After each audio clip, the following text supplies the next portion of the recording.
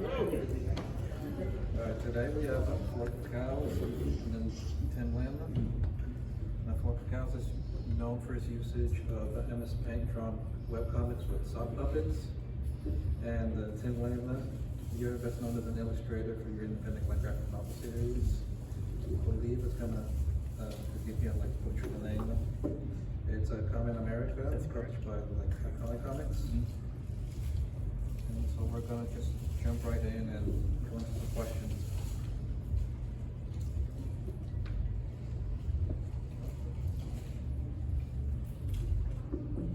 Alright, both of you have like very distinct and different art styles compared to what mainstream usually sees. Is there any advantages you see for that or disadvantages? I could do it really fast. Oh, that was the answer to the question. Yeah, That was your answer? Yeah. Okay, yeah. Because that was true. yeah. I thought maybe you could do the answer really. No, that is the answer. Oh, I was still thinking about mine. I don't know how to answer. No, it's your turn. The only thing I can think of is I draw in kind of a manga style. So because our competition is not actually other mangaka, our competition is DC and Marvel. That sets us apart because a lot of people who read manga naturally gravitate to our work simply because the aesthetic style is more familiar to them in that way. That was a longer answer. Alright, and on the topic of that, well, humor and themes and the artistic style, that all plays a role in what you guys do. Is there any particular process on how you create the humor you implement into your comics? Well, you know when you have intrusive thoughts in your head? It's like that. And then I draw it. And that's it. How many people here have read his comics? A lot of people. Okay, so the funny thing is the first question I asked him when I met him 2 years ago is I was like, man, that comic you did yesterday was so messed up. Where'd you get that idea? And he was like, I don't know. I was doing the laundry the other day and it just occurred to me. And I don't get it because I've known this guy for 3 years and he's like a wholesome family man. And I'm like, he has these dark puppets in his head that just say the weirdest things. My answer is really short. I don't because I have a writer and he comes up with all the clever stuff and I just draw it. So he can take credit for that. So that's my answer. All right, and next question would be, what are some of the biggest challenges you guys have faced as creators? Because I know not everything is as easy as it looks like from my view as an audience member. Yeah. Yeah, I think my biggest challenge has been actually licensing, trademark, copyright, that whole kind of legal system that I had to learn about, and I had to learn about really fast. That's been my biggest challenge. Not really making content, but then it's the aftercare of handling everything after it. Yeah, I would agree. As artists, the easy part is actually the creation. It's all the stuff that deals with how you get it out there, how you market, and then as you grow, you have people coming to you who want to collaborate and merchandise and things like that, and that involves legal representatives, attorneys. I know that as far as book publishing, he kind of beat me to the punch by a few years. You published through Amazon originally, didn't you? Your first? Kind of, yeah. Yeah, collected book. I know that one stumbling block that a lot of artists have is when they want to make comics. The next step is, well, how did you publish? And it's well, you have to find a printer, you have to get quotes, you have to find out what's best for you if you want to go with the direct sales market or actually go with the publisher. So it's a lot of the business stuff that artists don't think about because they're too focused on the creative side, which is why I think that if you're still, let's say you're in college, it doesn't hurt to take at least one business 101 class because you'll learn things about, fun things like the tax system and why the Europeans have a value-added tax that they put on all imports and things that don't really occur to you while you're in the creative process. So I would say that the biggest hurdle that most artists will face is that you can be the best artist in the world, but you can be the worst businessman. And you have to step up the business game if you want to at least make any form of profit as far as comics are concerned. And to touch back on that, you guys wear multiple different hats compared to like just someone on the street or just like maybe like one little webcomic, whatever. So is there anything in particular that helps you like manage those different roles and keep it like a steady schedule? Because I know sometimes that can be sometimes overwhelming having to go from here to here to here and still like come up with stuff. I just kind of wing it. I mean, I have a kind of a vague schedule, but most days I'm like doing a lot of things all at once, so I just kind of fit everything while I do it. So, You didn't go to art school no. at all. No. I think you and I had talked about this before, but you and I had the same degree, didn't we, in college? We were trying to go for the same degree. Psychology. Yeah. Yeah. And then it's funny that we don't use our degrees. No, I don't use for my anything. degree at all. Yeah. So we both, turns out coincidentally, we both had the same college degree, which is psychology. But for example, me, I ended up becoming an audiologist. So I have a doctorate degree in hearing and balance studies. So I used to teach at a university.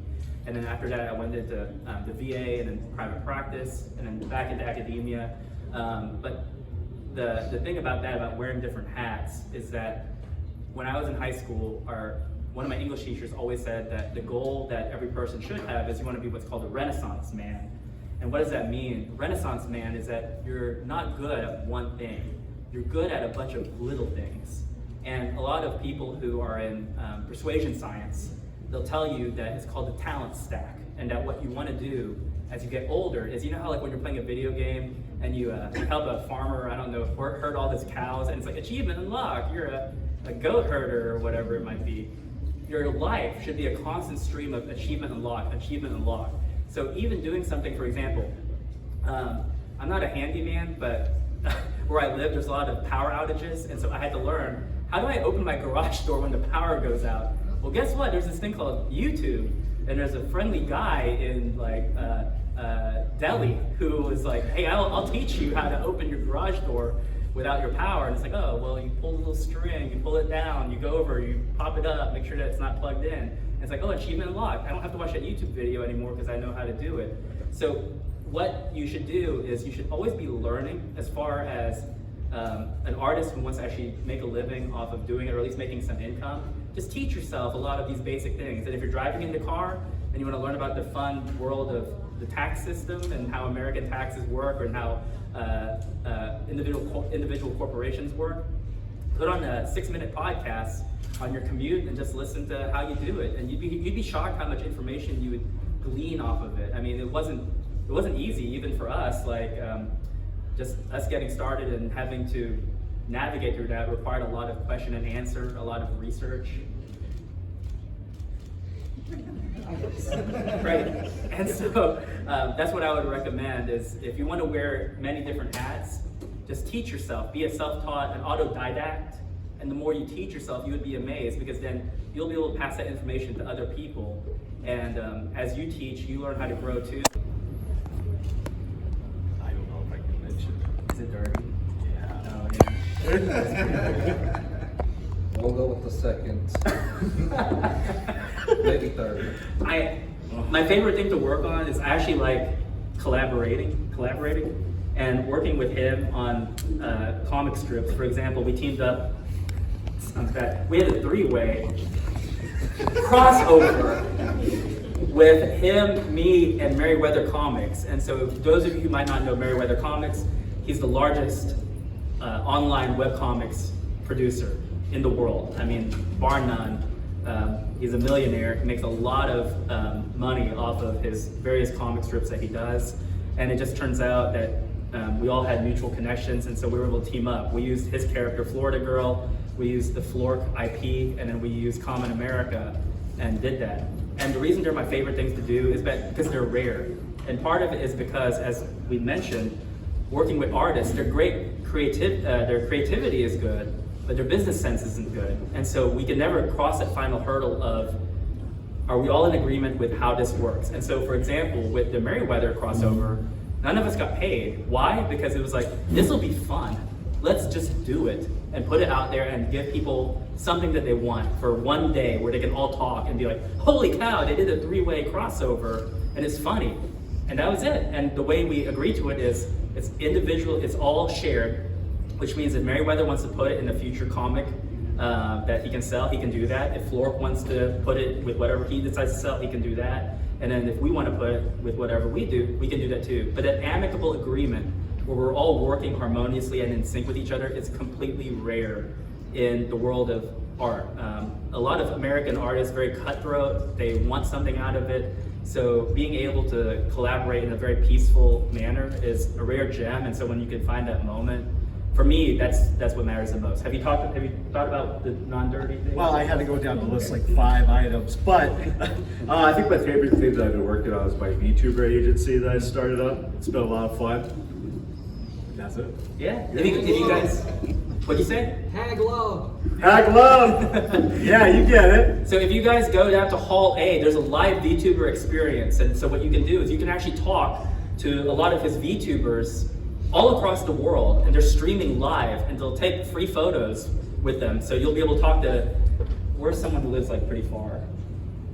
Germany. Like Germany, for example, and they're live streaming into the hall with their models, and so you can take photos and have them printed out, and it's a lot of fun. So it's really neat. He's definitely like upped his game since last year. Yeah, trust me, I pressed it on the way here, and it was actually like pretty cool. And to touch back on like collaborations, is there any like dream collaboration you guys will want to do, like past or present? Who you want to pair up with? You got dreams. I don't have dreams. Nightmares. You got nightmares. I have nightmares. See these comics you got about putting that there? Like a brand or a person? Yeah, Just like Brand, person, living dead. What are some? Well, how about this? Name some of the IPs that you've, or some of the corporate brands that you've merchandised with. For example, Heinz ketchup for wine. Heinz, Yeah. Pepsi, and a couple fashion brands, Tupperware. So along those lines, it might be like if this guy came up here with some company, that'd be like a dream. I don't even know where to go from here. Well, maybe if like Made Mint did a collaboration with my VTubers, that'd be really cool. Who? It's another VTuber. Oh, Yeah. okay. She's like a ghost, but she's like mint flavored. Not There's a mint flavored color. ghost. But color. I don't know what she tastes like. Okay. Now I'm tongue tied. I don't know who I'd want to collaborate with. Yeah. Some people have asked, or like, you know, if there's a comic book character you could cross over with, who would it be? And I was like, I honestly don't know what to tell you. But I think that would be neat because by and large, if you're an independent creator, it's really hard to get noticed by the big two. So I would say if Marvel or DC came up and they're like, we want to pair your character up with so and so, I think more than anything, it would just be a very flattering moment where it would be like, I've made it, Mom. Like I'm here. Like I've been noticed. Notice me, Senpai. And so I would have to say it'd be something like that. For the most part, I mean, we're actually pretty unambitious. We tend to just go where the opportunities lead us. And we've been very fortunate in that regard. We broke out in Japan, so like 2 months ago we were #1 trending in Japan because of a video we put out. If you go to Hall A, you'll see it. We have a little animation set up for it. It took 4 years of individual animation to make a 2.5-minute reel, and it went viral in Japan. And I took all the screenshots because our Japanese readers had been, they were like texting me the whole day saying, you are #1 trending in Japan right now. And I was like, holy cow. And so it was just nothing but common American art, like just for 2 weeks straight. And so we've been very fortunate. We haven't announced it yet. We have 4 licensing deals in Japan right now. They'll be debuting at the end of the month. And so people are like, how did you plan that? And I'm like, we don't plan anything, actually. We're kind of idiots. It just kind of falls into place. Like, if you watch the movie Forrest Gump, he just happens to be in the right place at the right time. And that's how we are too. And so the sky is the limit in terms of what can happen next. But I'll be honest, I mean, pairing up with him and Merriweather, we did that last year. And that to me, I was like, that's it. I don't know what else to tell you. I mean, that was pretty great. It was awesome. We all had a lot of fun doing that. All right, and I think it should be pretty obvious you guys have a lot of fans. Is there any like Yeah, a ton. is there any like key moments that you can think back on, or any you experienced today of like interacting with fans? Give me a minute. There's a couple of stories. Well, it's a sappy story, but Don't cry. don't cry. I won't Yeah. cry. Try not to. I had a guy a couple years ago at one of my first conventions. He's not a sappy guy, but he has a cinnamon roll. Cinnamon rolls paste. paste. Yeah. Leave my phone alone. But I had a guy a couple years ago come up to my booth, and his friend recently passed away. And he gave me a map of Connecticut. It's like, we used to hike around this area, and I wanted to give you the map that we used for it. It was like really touching for me. So that's the whole story. That was touching. No, I think the big thing for us is we've been doing this show since its inception. So it says Bell County Comic Con 7. We missed 1 year because of the thing that happened back in 2020. So we've been here since the beginning. And so I think one thing that's been happening on the fan side is we have readers who come from all over the United States and all over the world. We have one guy over there, he flew in from Puerto Rico. We have one guy who's coming later on today. He drove 15 hours from Minnesota. Our publishing empire has grown. So for those of you who don't know, Iconic Comics is the host of Bell County Comic Con. All of our IP, our characters are all over the art and whatnot that's used for the convention. But we're right here in Texas. And it started with just me and one other creator, and now we've expanded to at least 5 creative teams. One guy, he's a Cuban refugee who entered the United States legally, got his citizenship. He works for id Software. He just finished a little project called Doom. I don't know if you guys have heard of it or not.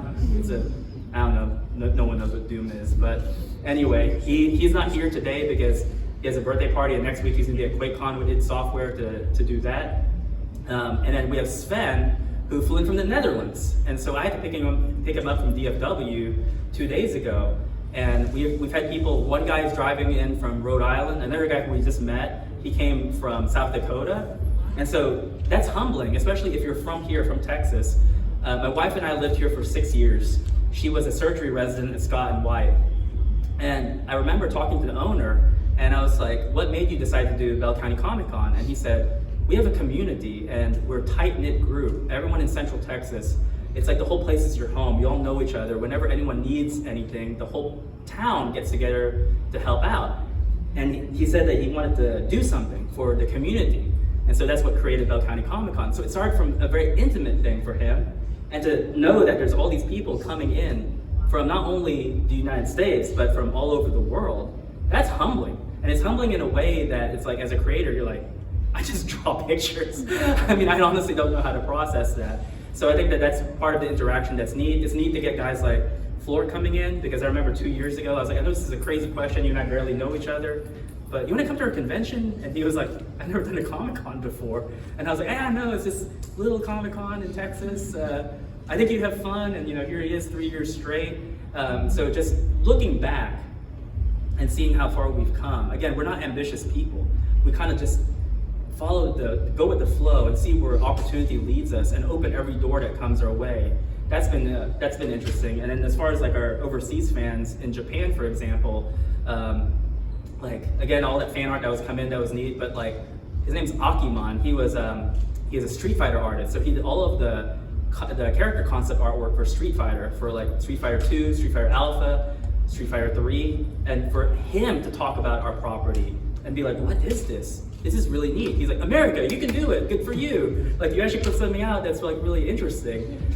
It's just one of those experiences where you just don't forget it, because you're like, shoot, if you had told me the day before that something like that could happen, I'd say like, that's crazy. Like that's just never gonna happen. And then from with the Flork, the Japanese like his characters too, and they found it through us. And so every year, Hang on. Awesome. so the largest comic convention in the world is not San Diego Comic-Con. It is Comic-Con in Tokyo, Japan. It is the largest gathering of comic fans in the world, and it's held at this place called the Big. It's called the Big Sight. It's like this, like upside down pyramid on top of another pyramid. I mean, it's huge. And there, people bring what's called doujinshi, and doujinshi is fan-made comics, because in Japan, even though they're pretty strict with their copyright, it's just understood that if you're a fan creator, you can sell your wares at doujinshi. So you can sell your own fan-made Spider-Man comic, for example. or your own fan-made Dragon Ball comic, and they won't go after you because it's understood that it's a creative marketplace and it's all fan-made, so just go nuts. And so we've had a Kamen America doujinshi that's been there for 3 years. And after they found the Flork, they started including his character in there too. So I would text him like pictures I got from the comic, and he's like, "What is this?" And I was like, "They took your character and put it in the book." I mean, like, it's cool, isn't it? Yeah, So it's pretty cool. yeah, so it's stuff like that where our readers really make it worthwhile on a day-to-day basis. The things like pricing, printing costs, shipping, all of that can really be a burden. But when someone comes up to you and you can tell that your character has lived in their head for a while, for them to take the time out to either create something to show you or to drive and fly the distance to meet you, that's just a moment that you can't, there's no replication for it. So we've just been very grateful for all the people that we've encountered over the last few years. And is there any like specific advice you would give to up and coming like creators, or because I know you guys have, I don't want to say are veterans in the kind of industry, but are like experienced enough to where you might be able to offer some advice to someone who just started like maybe a month ago or is 6 months into like starting onto their journey. Yeah, just keep making stuff, like a lot of stuff, and don't stop, even if it's like really bad. Same thing. If you're an artist and you like drawing, you always have to ask yourself, why do you do it? Most artists will be like, I do it because I love it. That's not true, because then you ask them 3 years later, why did you quit drawing? You wasn't making money. So it's like, well, it wasn't the money then. It wasn't the creativity, it was the money. Eventually you wanted to do something where you actually could pay yourself. The advice I would give is just, if you're truly in it because you love doing it, don't stop, keep on doing it. People look at like our franchises, like he has a lot of licensing deals, way more than we have. But like, for example, for us, we crossed the $1 million mark last year. It took us 7 campaigns and 4 years to do it, but we did it. We made it a $1 million IP. You can go on Kickstarter and Indiegogo, calculate every single campaign we've ever done, and we crossed $1 million. But if you look at early on, we started with like $15,000 with X number of backers. It wasn't a lot. And all along the way, people were always telling us to quit. They were like, you're never gonna make as much money as this guy. You're never gonna make as much money as this guy. Your art sucks, it's terrible. I never went to art school, I don't care. And so, if anyone listened to that advice, we would have never kept on going. I would have been like, oh, you're right, we suck, let's just quit. You know, my art's no good, whatever.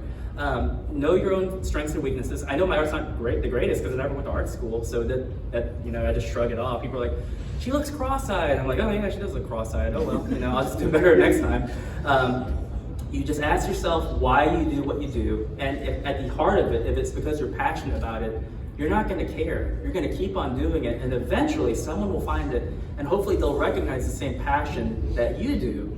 And that's how people keep on coming back and telling you, I like your stuff and I want to support you. So just don't quit. If it is truly the thing that you want to do is make art, then make art. And how do you pay yourself? Well, if you're a smart guy, you'll find out how to do that. Even if you have to wait tables or get an extra job. Like I said, my vocation, I'm an ear doctor. Like I test people's hearing, I teach. So it's not even like my primary vocation, but we find ways around it and we make it work. All right, and before we get into some like audience questions, I want to, this one final one. Now, is there any like future projects we can like look forward to, or anything in particular you can like tell us about? Nothing I could say right now. Nothing? Like not even a hint. First letter.